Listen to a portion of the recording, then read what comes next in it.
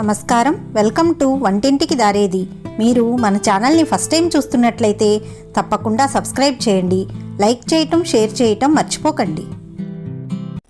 ఇప్పుడు మనం తెలుసుకుంటున్న రెసిపీ బియ్యపిండితో చేసుకునే ట్రెడిషనల్ వంటకం చెక్కలు.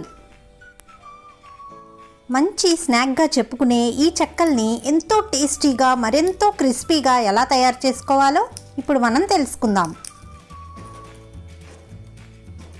వీటి తయారీ కోసం ముందుగా ఒక బౌల్లో 1/2 కిలో బియ్యపిండిని తీసుకుని అందులో సరిపడా ఉప్పు, 1 టేబుల్ స్పూన్ జీలకర్ర, 2 టేబుల్ స్పూన్ల నువ్వులు, అలాగే సన్నగా కట్ చేసుకున్న కరివేపాకు, ఫ్రెష్గా గ్రైండ్ చేసుకున్న అల్లం పచ్చిమిర్చి ముద్దను 2 టేబుల్ స్పూన్లు ఇందులో వేసుకోవాలి.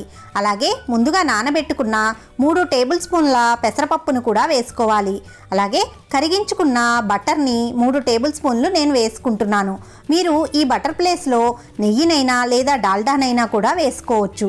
వీటన్నింటినీ కూడా పిండికి బాగా పట్టించుకోవాలి. మీ రుచికి తగినట్టుగా ఉప్పుని ఒకసారి సరిచూసుకొని గోరువెచ్చటి నీళ్లను కొద్ది కొద్దిగా పోస్తూ పిండి ముద్దని చాలా సాఫ్ట్గా కలుపుకోవాలి. మనం పిండి ముద్దని ఇలా ఉండచేస్తే చాలా సాఫ్ట్గా వచ్చేదాకా చక్కగా కలుపుకోవాలి.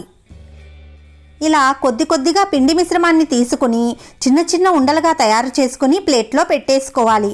ఇలాగే సరిపడా ఉండల్ని తయారు చేసి పక్కన ఉంచుకోవాలి. మిగిలిన పిండిపై ప్లేటును పెట్టి పక్కన ఉంచుకోవాలి.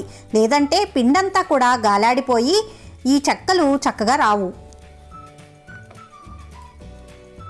ఈ చెక్కల్ని తయారు చేసుకోవటానికి పూరీ ప్రెస్పై ముందుగా ఒక పాలిథిన్ షీట్ని పెట్టుకుని దానికి 2 వైపులా కూడా కొద్దిగా ఆయిల్ని అప్లై చేసుకోవాలి. ఒక చిన్న పిండి ముద్దను తీసుకొని నెమ్మదిగా చూపిస్తున్న విధంగా అదుముకోవాలి. ఇలా పలచగా ఒత్తుకున్న ఈ చెక్కల్ని తీసేసుకొని ఒక ప్లేట్లో పెట్టేసుకోవాలి. ఇలాగే అన్నింటినీ కూడా తయారు చేసుకోవాలి.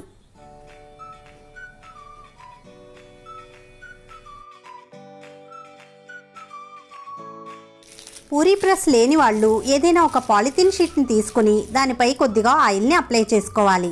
దానిపై మధ్యలో ఇలా ఎన్ని బాల్స్ కావాలంటే అన్నింటినీ పెట్టుకొని వాటిని ఒకవైపు నుంచి చూపించిన విధంగా కవర్ చేసుకోవాలి. ఏదైనా ఫ్లాట్ బాటమ్ ఉన్న ప్లేట్తో కానీ గిన్నెతో కానీ కొంచెం నెమ్మదిగా ఇలా ప్రెస్ చేస్తూ చేసుకోవాలి. ఇలా చేసుకున్న వాటిని తీసి ప్లేట్లో పెట్టేసుకోవటమే. ఇలా చేసుకోవటం చాలా సులభంగా ఉంటుంది.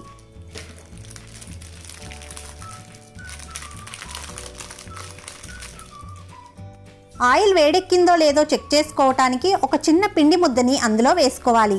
అది వెంటనే పైకి తేలితే ఆయిల్ వేడెక్కినట్లే. ఇలా ఉన్నప్పుడు మనం తయారు చేసుకున్న చెక్కల్ని ఒక్కొక్కటిగా వేసుకోవాలి. ఒకటి పైకి వచ్చిన తర్వాత మరొకటి వేసుకోవాలి. ఇలా అన్నింటినీ కూడా వేసుకొని చక్కగా 2 వైపులా తిప్పుతూ గోల్డెన్ బ్రౌన్ కలర్ వచ్చే వరకు ఫ్రై చేసుకోవాలి. ఇలా ఈ చెక్కల్ని ఫ్రై చేసుకునేటప్పుడు మంటని మీడియం ఫ్లేమ్లోనే ఉంచుకోవాలి. ఇలా మీడియం ఫ్లేమ్లో పెట్టుకుని చెక్కలన్నింటినీ కూడా ఈవెన్గా ఫ్రై చేసుకున్న తర్వాత చక్కగా ఫ్రై అయిన ఈ చెక్కల్ని ఒక ప్లేట్లోనికి తీసేసుకోవాలి.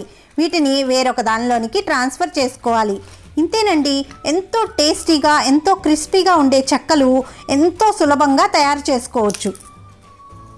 చల్లారిన తర్వాత ఎయిర్ టైట్ కంటైనర్లో పెట్టుకుంటే 20 రోజుల వరకు నిల్వ ఉంటాయి.